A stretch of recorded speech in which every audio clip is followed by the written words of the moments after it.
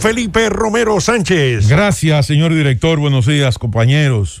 Darle nuevamente la bienvenida a Julieta. Y buenos días, don Álvaro Albelo, hijo allá de su trinchera. Don Nayib Chaé de Calderón y Villaverde, Rosendo Tavares, Aníbal Díaz. Buenos días al país. Qué bueno que el canciller designado, el señor Roberto Álvarez, se ha comprometido y ha dicho que va a respetar la sentencia del Tribunal Constitucional 168-13.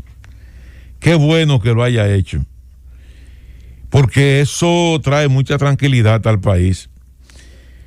Y hay que ver cuál fue el compromiso que en medio de la campaña electoral el presidente electo Luis Abinader hizo con esos sectores. Esas organizaciones no gubernamentales, esos grupos sociales y esos grupos de presión, que incluso algunos de ellos, como es el caso de la Flaxo, en la persona del rector de la Flaxo, borré el nombre ahora, llevó a la República Dominicana, y hay que recordar ese caso, a los tribunales internacionales. Lozano, el señor Lozano, que era director de la Flaxo, llevó al tribunal en México a la República Dominicana, acusando a la República Dominicana de violación de los derechos humanos por la falta de identidad. Y hay que recordar cómo se le desmontó a esa gente que no eran más que ladrones de identidad. Y se buscaron los testimonios de la familia y decían, pero yo no conozco a ese señor, él dice que es familia mía, pero no somos hermanos. Y esos grupos le hicieron una presión tan grande que obligaron a Luis Abinader a tener que firmar un pacto. Incluso al propio Roberto Álvarez, que tal vez, no sé si él sabía que iba a ser o no canciller, lo comprometieron incluso a dar declaraciones sobre la necesidad de la revisión de la sentencia 168-13. A raíz de esa declaración, luego del triunfo de Luis Abinader, nosotros inclusive colgamos un tuit que hasta el día de hoy tiene más de 30,000 interacciones, donde decíamos que íbamos a estar vigilantes,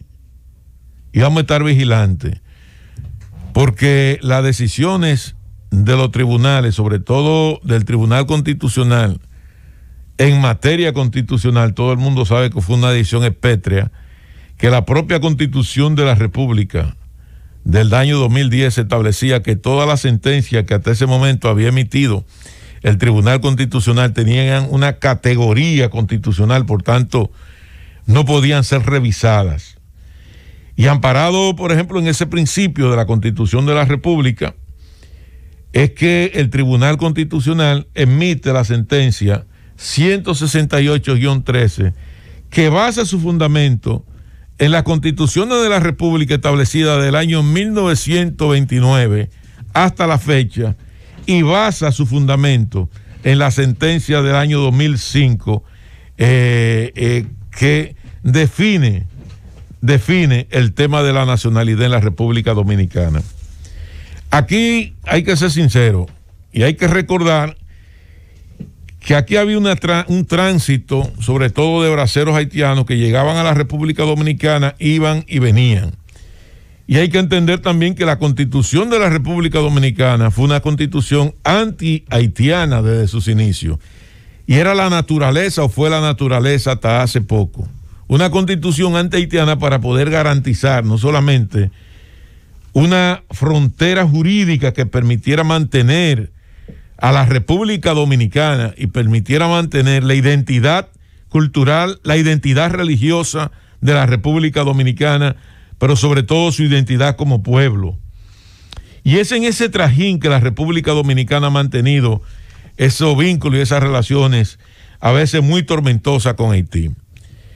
Desde el año 1929, luego de la salida definitiva de la tropa norteamericana en el país, que invadieron el país en el año 1916, y hay que recordar que la invasión a Haití fue en el año 1915, y esa parte en términos históricos no lo toca la Comisión Interamericana de los Derechos Humanos, porque eso es algo ocioso, es algo que también llama la atención, que todo el peso de la problemática haitiana en la República Dominicana cae sobre el Estado Dominicano, pero excluyen la intervención militar norteamericana en la isla y que unificaron en términos real a la isla en esa expansión de la industria azucarera a partir del año 1916, una industria azucarera que fue fomentada por los norteamericanos, por inversionistas norteamericanos, con el apoyo de los gobernadores y los jefes del ejército en ambos lados de la isla, y que fueron los que promovieron la mayor cantidad de trabajadores y de braceros haitianos hacia el lado oriental de la isla en condiciones prácticamente de esclavitud. Bueno, luego de salida de la tropa norteamericana, aquí se creó un Plan Nacional de Regularización en el año 1929, y ese plan fracasó porque los haitianos y el gobierno haitiano no se acogieron al plan. Y no se acogieron al plan por las mismas razones que hoy cientos de miles de haitianos no pudieron tampoco acogerse al plan. ¿Por qué? Porque Haití, más que un Estado, es un conglomerado social. Un conglomerado humano. Gracias, Nayib. Y ese conglomerado humano actúa como gueto. No le importa tener o no un documento. Un haitiano aquí en Europa, en África, en Estados Unidos, en Canadá, no importa dónde estén. Y eso es bueno porque tienen una excelente identidad cultural. Y en ese escenario a un haitiano no le interesa tener documentaciones. No, Felipe, en Estados Unidos sí. Ellos allá hay una parte que vive como refugiado, pero hay una gran comunidad haitiana, sobre todo Florida.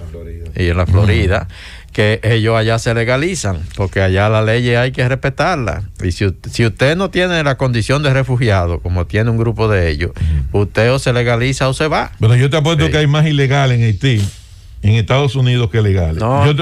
Tú vas, por ejemplo, el PTI, que fue el plan de protección a raíz del terremoto, que incluso esa gran masa de inmigrantes de haitianos que llegaron a través de la costa de la Florida vía Bahamas y que fueron incluso protegidos, ninguno de ellos lograron legalizarse, porque la mayoría de ellos no tenían documentos de identidad. Sí, pero hay una comunidad haitiana en Estados Unidos que es legal. Pero claro, una clase media, como lo hay dominicanos. ¿Tú no crees que hay dominicanos que tienen 20 y 30 años en Estados Unidos de manera ilegal? ¿Lo hay? Claro. Entonces, lo que te digo, ilegal no, indocumentados, sin documento de identidad. Sí, se descuidaron y no hicieron lo que tenían que hacer para legalizarse. Entonces, ¿de qué se trata con todo esto? Que nosotros hemos hecho 2 esfuerzos para regularizar el tema de los indocumentados haitianos en la República Dominicana.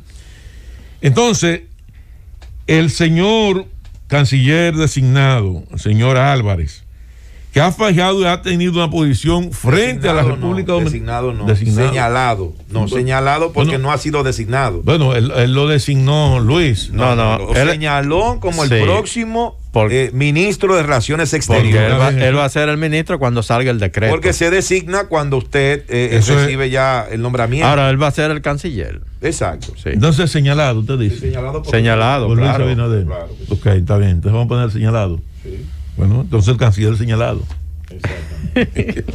Miren, este señor ha tenido una posición clara de defensa en contra de la sentencia 168-13. Y qué bueno que él ha dicho hoy que esa sentencia no se va a tocar. Qué bueno que él está dispuesto a respetar el orden jurídico de la República Dominicana, aunque no le guste. No, porque él dice que si había algunos aspectos de la 168-13 que no gustaban, bueno, después vino la 169-14 y corrigió. Entonces, que él entiende que eso es lo que debe prevalecer. Pero el problema es que uno de los mayores críticos de la 168-14 también fue él. Bueno, y cuando tú lees todos los escritos de él frente a todo este tema, fue un látigo que tuvo frente a la República Dominicana. Ahora, ¿qué te dice eso? Que una cosa es la campaña electoral y otra cosa son las realidades que te dan en la cara. o como se dice popularmente, una cosa es con guitarra y otra cosa es con violín y otra cosa es con guitarra. Yo voy a seguir vigilante con el tema este de la sentencia 168. Hay que recordar que esa sentencia 168-13, que tiene como base fundamental la sentencia del año 2005 y la Constitución desde el año 1929 hasta la fecha, 1939 hasta la fecha, lo que busca es proteger la identidad de la República Dominicana. Y aquí se reconoce el derecho, porque ese fue el caso de Juliana de Guiz, ahí en Monteplata, donde ella tenía una acta de nacimiento y en el plan que desarrolló la Junta Central Electoral de revisión del registro electoral. Pero una pregunta, Felipe, si eso es a 1929, ¿verdad?